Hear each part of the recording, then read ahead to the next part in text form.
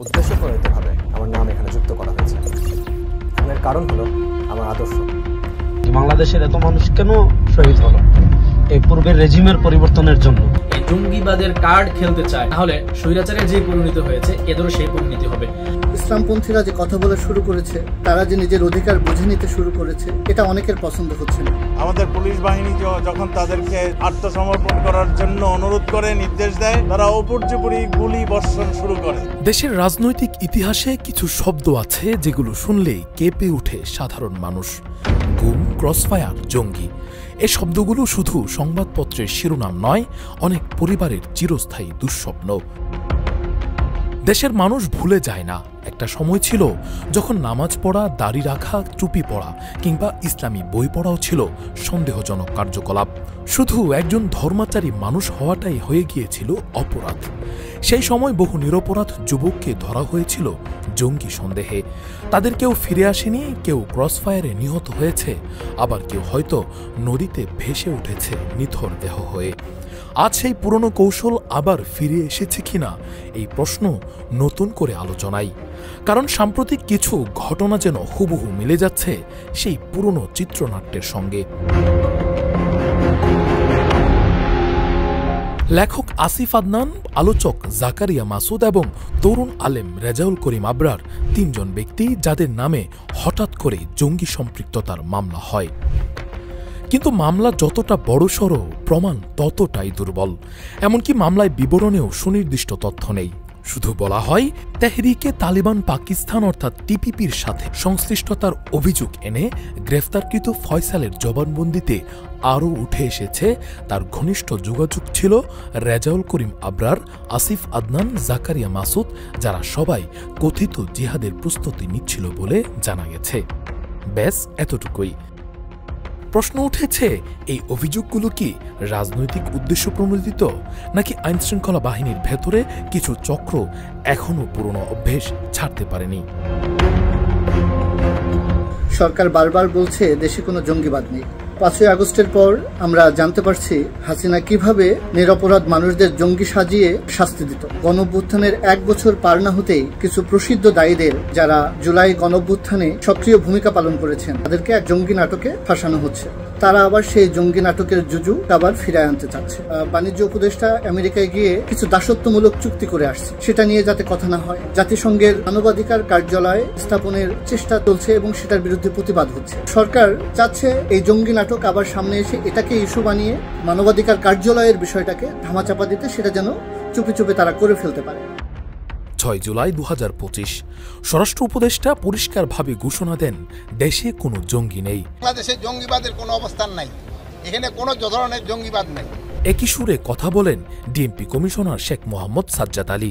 তিনি বলেন, ছিনতাই এখন বড় সমস্যা, জঙ্গি বলে দেশে কিছু নেই, আর যারা নাটক সাজিয়ে নিরীহ ছেলেপেলেদের মেরেছে তারাও আমাদের কালো অধ্যায়। এই বক্তব্যগুলো শোনা মাত্রই প্রশ্ন জেগে ওঠে, তাহলে কাদের স্বার্থে এই জঙ্গি নাটক? তাদের পরিচয় কি?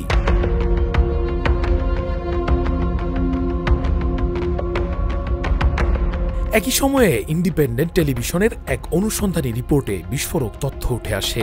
সেখানে বলা হয়, আওয়ামী লীগ সরকারের আমলে অনেক জঙ্গি নাটক সাজানো হয়েছে শুধুমাত্র পদোন্নতি বা উপরের মহলকে খুশি করার জন্য। অনেক কর্মকর্তাই স্বীকার করেছেন তারা এসব কাজে জড়াতে চাননি, কিন্তু উপরের নির্দেশ অমান্য করার সাহসও ছিল না। ৫ই আগস্টের পর বাংলাদেশকে আমরা নাম দিয়েছি নতুন এক বাংলাদেশ, যেখানে সবকিছু নতুন করে হবে, পুরনো জঞ্জালকে আমরা ছুঁড়ে ফেলে দিব। কিন্তু দুঃখজনকভাবে অতি সম্প্রতি আমরা দেখতে পাচ্ছি শেখ হাসিনার আমলে বাংলাদেশে ইসলামপন্থীদেরকে দমন করার জন্য যেই জঙ্গি কার্ড খেলা হতো, সেটা নতুন করে আবার খেলার একটা পায়তারা শুরু হয়েছে।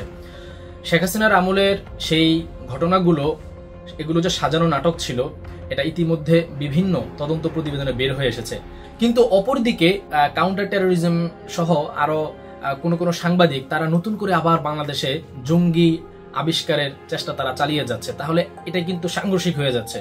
সরকার বলছে জঙ্গি নেই, আবার সরকার দলীয় বা সরকার পক্ষীয় দু একটি সংস্থা বাংলাদেশে জঙ্গি আছে বলে প্রমাণ করতে চাচ্ছে। তো সুতরাং নতুন বাংলাদেশে এই ধরনের কোনো বৈষম্য, এই ধরনের কোনো অবিচার চলতে পারে না। একই সাথে অন্তর্বর্তী সরকারের গুম সংক্রান্ত কমিশনের দ্বিতীয় প্রতিবেদন আরও ভীতিকর চিত্র তুলে ধরে। বলা হয়, বহু গুম হওয়া মানুষকে হত্যা করা হয়েছে গোপনে, কাউকে ইনজেকশন দিয়ে মেরে ফেলা হয়েছে, কাউকে নদীতে ফেলা হয়েছে, আবার কাউকে বাস ট্রেনের নিচে ফেলে দুর্ঘটনা সাজানো হয়েছে। অনেক মরদেহ পুরানো হয়েছে ইট ভাটায়, যেন কোনো আলামত না থাকে। কমিশনের বক্তব্যে উঠে আসে আরও একটি ভয়াবহ তথ্য। যারা এসব কিলিং অপারেশনে যুক্ত ছিলেন তারা পুরস্কৃত হয়েছেন, পদোন্নতি পেয়েছেন, বেতন বেড়েছে, দায়িত্ব বেড়েছে। দায়মুক্তির এই সংস্কৃতি এখনও বহালই আছে। হাসিনা সরকারের গুম নাটকের সেই প্রেক্ষাপট এখনও আছে। তাই তো 14 জুলাই 2025 বাংলা ট্রিবিউন একটি খবর ছাপে, বাংলাদেশে টিপিপির কার্যক্রম চালানোর চেষ্টা, আরও একজন গ্রেফতার হওয়া ব্যক্তি শামীম মাহফুজ। ওই প্রতিবেদনে দাবি করা হয়েছে, এই একই অভিযোগে গ্রেফতার হওয়া ফয়সালের কাছ থেকে পাওয়া তথ্যে আরও 4 জনের নাম উঠে আসে: আসিফ আদনান, রেজাউল করিম আবরার, জাকারিয়া মাসুদ এবং সানাফ হাসান। দাবি করা হয় তারা টিপিপির মতাদর্শে উদ্বুদ্ধ হয়ে জিহাদের প্রস্তুতি নিচ্ছিলেন। এই খবর প্রকাশের পর সামাজিক মাধ্যমে শুরু হয় তীব্র সমালোচনা। কেউ বলছে এটা পুরনো ষড়যন্ত্রের পুনরাবৃত্তি, আবার কেউ বলছে যদি সত্যি অপরাধ করে থাকে তাহলে প্রমাণ উপস্থাপন করে বিচার হোক। কিন্তু প্রশ্ন থাকছে, এত বড় অভিযোগ অথচ কেন নেই স্বচ্ছ তদন্ত, খুলাসা প্রমাণ? আমি প্রথমে স্পষ্ট করতে চাই যে অভিযোগ আনা হয়েছে তা ক্যাটাগরিক্যালি ফলস, সম্পূর্ণভাবে মিথ্যা, বানোয়াট এবং উদ্দেশ্য প্রণোদিত। আমি একজন লেখক, রিসার্চার এবং পাবলিক স্পিকার। উদ্দেশ্য প্রণোদিতভাবে আমার নাম এখানে যুক্ত করা হয়েছে এবং এর কারণ হলো আমার আদর্শ। আমার কথা এবং কাজ সবার সামনেই আছে। আমি ইসলামের কথা বলি as a complete way of life, এবং আমি বাংলাদেশকে ঘিরে হওয়া বিভিন্ন দেশি এবং বিদেশি নেফেরিয়াস এজেন্ডার বিরুদ্ধে বরাবরই সোচ্চার ছিলাম এবং থাকবো ইনশাল্লাহ। এবং এই ব্যাপারটা অনেকেরই পছন্দ না, দেশি, বিদেশি এবং প্রতিবেশী। হয়তো এটাই এখানে মূল ফ্যাক্টর। আরও 2 জন ইসলামিক পাবলিক ফিগার এবং স্পিকারকে মিথ্যা অভিযোগে জড়ানো হয়েছে, জনাব জাকারিয়া মাসুদ এবং মাওলানা রেজাউল করিম আবরার। আমি মনে করি এই অভিযোগ এবং অপপ্রচারের পেছনে আমাদের দমন পীড়নের বৈধতা তৈরির একটা চেষ্টা থাকতে পারে।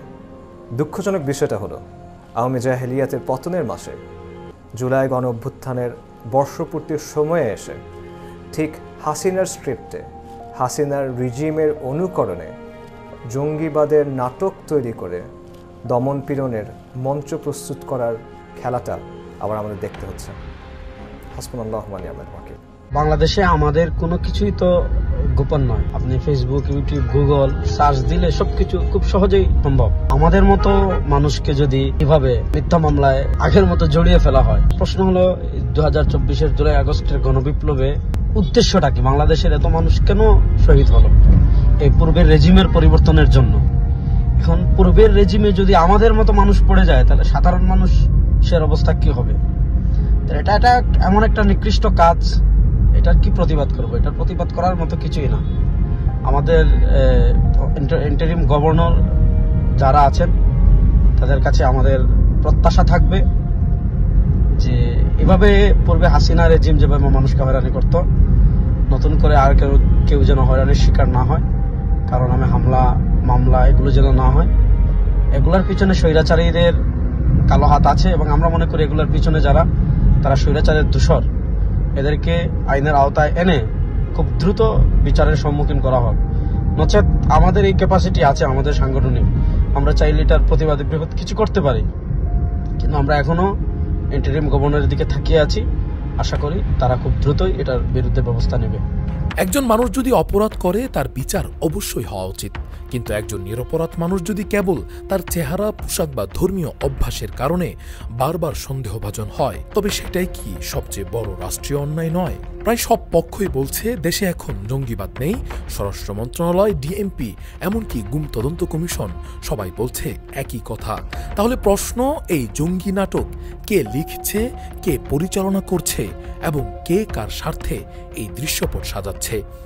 এই প্রশ্নগুলো এড়িয়ে যাওয়া যায় না, কারণ যদি সত্যি এসব ষড়যন্ত্র হয় তাহলে যারা নিরপরাধ তাদের জীবন ধ্বংস হচ্ছে, আর যদি এসব সত্যি হয় তাহলে কেন প্রমাণ দেখানো হচ্ছে না? একটা রাষ্ট্রের নিরাপত্তা যত জরুরি তার চেয়েও জরুরি ন্যায় বিচার। একজন অপরাধীকে ছাড় দেওয়া যেমন অন্যায়, তেমনি একজন নিরপরাধকে সাজা দেওয়া অপরাধের চেয়েও বড় অপরাধ। এই মুহূর্তে আমাদের প্রয়োজন একটি নিরপেক্ষ তদন্ত, তথ্য নির্ভর বিচার এবং অতীত থেকে শিক্ষা নিয়ে ভবিষ্যতের জন্য স্বচ্ছতা নিশ্চিত করা। নয়তো আজকের নাটকের চরিত্র হয়তো কাল তুমি, আমি অথবা আমাদের সন্তান হতে পারে। রাকিবুল ইসলাম রইস, ফেস দ্য পিপল।